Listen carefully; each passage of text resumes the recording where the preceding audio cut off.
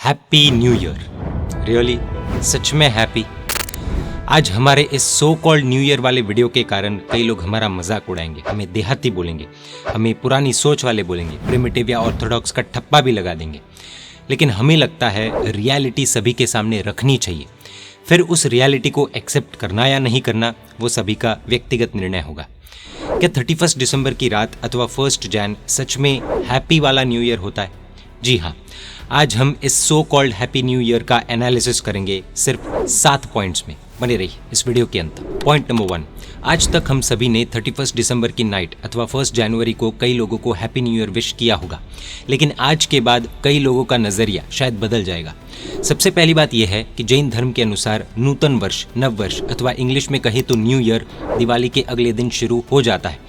प्रथम गणदर्शी गौतम स्वामी जी को केवल ज्ञान जिस दिन हुआ था उस दिन से हमारा एक्चुअल न्यू ईयर शुरू होता है, लेकिन फिर भी व्यवहार में इंग्लिश कैलेंडर चलता है, तो सभी को 31 दिसंबर की रात को अथवा 1 जैन को हम सभी को हैप्पी न्यू ईयर कहते हैं। पॉइंट नंबर 2, तो क्या हैप्पी न्यू ईयर कहना गलत है? जी नहीं, हैप्पी न्यू ईयर का कोई भी विरोध नहीं है, ना ही इंग्लिश कैलेंडर का विरोध है, क्योंकि हम खुद जानते हैं कि अभी सारे कामकाज इंग्लिश कैलेंडर के हिसाब से ही चलते हैं। इनफैक्ट धार्मिक अनुष्ठान भी अब संडे के हिसाब से ही चलते हैं।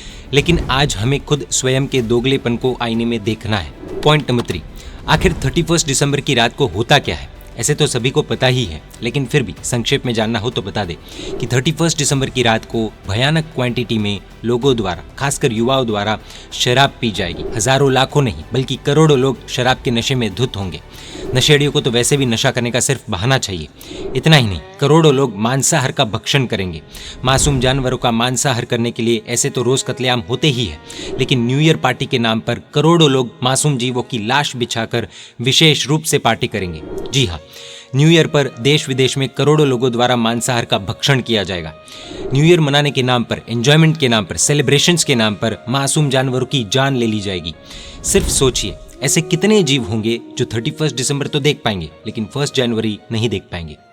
Point number 4, oh bro come on, don't be so negative, let us enjoy. जी नहीं, हम नेगेटिव नहीं, सिर्फ लॉजिकल बात कर रहे हैं। Logic boss. दरअसल बात यह है कि लोगों को शराब पीने के लिए, करोड़ों जीव की हिंसा करने के लिए, करोड़ों अरबों जीवों की हत्या करने का सिर्फ बहाना चाहिए, और वो बहाना है न्यू ईयर। कई लोगों को मिर्च लगेगी, लेकिन बकरी ईद के दिन तो सबकी जीव दया जाग जाती है, लेकिन न्यू ईयर पर वो जीव दया क्यों और कहाँ गायब हो जाती है? बकरी ईद पर होती हिंसा का हम सब मिलकर जमकर विरोध करते हैं। हजारों लोग उन जीवों की आत्मा की शांति के लिए आयम्बिल भी करते हैं, जो कि बहुत अच्छी बात है, करना ही चाहिए। एक तरफ हिंसा का तांडव होता है तो दूसरी तरफ तपस्या की मशाल जलती है। लेकिन न्यू ईयर के निमित्त से कटने वाले, मरने वाले जीव क्या जीव नहीं है? न्यू ईयर पर दूसरों के एंजॉयमेंट के लिए मरने वाले जीवों के जान की क्या कोई कीमत नहीं है? हम दावे के साथ कह सकते हैं कि जितने जीव बकरी ईद पर मारे जाते हैं उससे कई गुना ज्यादा जीव न्यू ईयर पर काटे जाते हैं, मारे जाते हैं। फर्क सिर्फ इतना है कि हैप्पी न्यू ईयर की आवाज में उन जानवरों की चीखें हमें सुनाई नहीं देती। पॉइंट नंबर 5, इस दावे का हमारे पास कोई ठोस स्टैटिस्टिक्स तो नहीं है, लेकिन हम इतना जरूर कह सकते हैं कि 31 दिसंबर की रात को अधिकतर होटल की रूम्स बुक्ड होती है। एक्सट्रीम लेवल पर व्यभिचार न्यू ईयर के नाम पर होता है। कई लड़के लड़कियां अपना शील भंग कर देते हैं। कई लड़कियों के साथ नशे के बाद बलात्कार किए जाते हैं। नशे की हालत में अगले दिन जब ये युवा घर लौटते हैं तब माता पिता भी कुछ नहीं कह पाते, क्योंकि आजकल सुनता कौन है, सभी को प्रिवेसी और फ्रीडम जो चाहिए। खैर, पॉइंट नंबर 6, दिवाली के दिन को याद करे, यानी कि प्रभु महावीर के मोक्ष कल्याणक के दिन को याद करे, तो प्रभु के निर्वाण दिवस के निमित्त कई लोग छठ यानी कि 2 उपवास साथ में करते हैं, पौषध करते हैं, आयम्बिल, एकाशना, बियाशना करते हैं, भक्ति करते हैं, प्रभु को याद करके रोते हैं, भक्ति में आंसू बहाते हैं, विशेषकर गुरु भगवंतों का प्रवचन सुनते हैं, आंखें बंद करके गौतम स्वामी के विलाप को अनुभव करने का प्रयास करते हैं कि जब प्रभु महावीर ने आखिरी श्वास ली थी तब कैसा माहौल बना होगा। जब गौतम स्वामी को पता चला होगा कि प्रभु मोक्ष पधारे हैं तब उनकी कैसी हालत हुई होगी। ये सब सुनकर तो किसी का भी हृदय भावुक हो जाता है, और ये सब सुनने से, प्रभु के भक्ति भाव में रंगने से पुण्य का बंध भी होता है। लेकिन दूसरी तरफ न्यू ईयर के नाम पर जो पार्टीज होती है उसमें व्यसनों के अलावा, शराब ड्रग्स के अलावा कुछ भी नहीं होता, बर्बादी के अलावा कुछ नहीं होता, संस्कारों की मृत्यु के अलावा कुछ भी नहीं होता, पाप कर्म बंधने के अलावा कुछ नहीं होता। पॉइंट नंबर 7, एक तरफ हम गिरनार मंडन, शिवादेवी नंदन, राजुल के तारणहार श्री नेमिनाथ भगवान को पूजते हैं।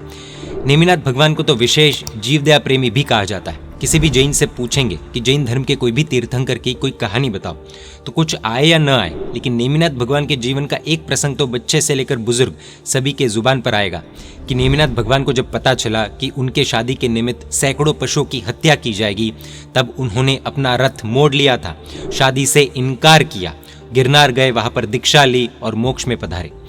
एक तरफ इतने करुणावान प्रभु हमें मिले, उन्हें हम पूजते हैं, फिर कैसे करोड़ों अरबों पशुओं के कटने के दिन को हम हैप्पी मान ले।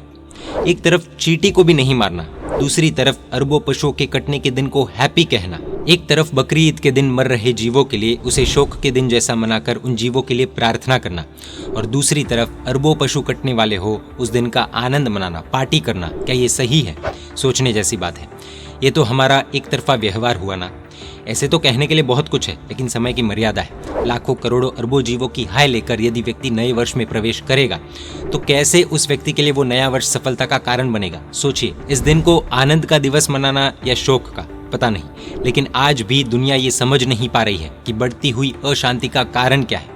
खैर, व्यवहार में हो सकता है किसी की मजबूरी हो, अथवा बिजनेस के कारण, अथवा शर्म के कारण, अथवा अन्य धर्म के दोस्त के कारण, अथवा मॉडर्न दिखने के लिए हैप्पी न्यू ईयर कहना पड़े, लेकिन हमें अंतर मन से क्लियर होना चाहिए। माइंड में, हार्ट में इतनी क्लैरिटी तो होनी ही चाहिए कि ये दिन कोई आनंद या महोत्सव का दिन नहीं है। पूरे विश्व में शांति स्थापित हो, यही परमपिता परमात्मा से प्रार्थना। जय जिनशासन, जय महावीर।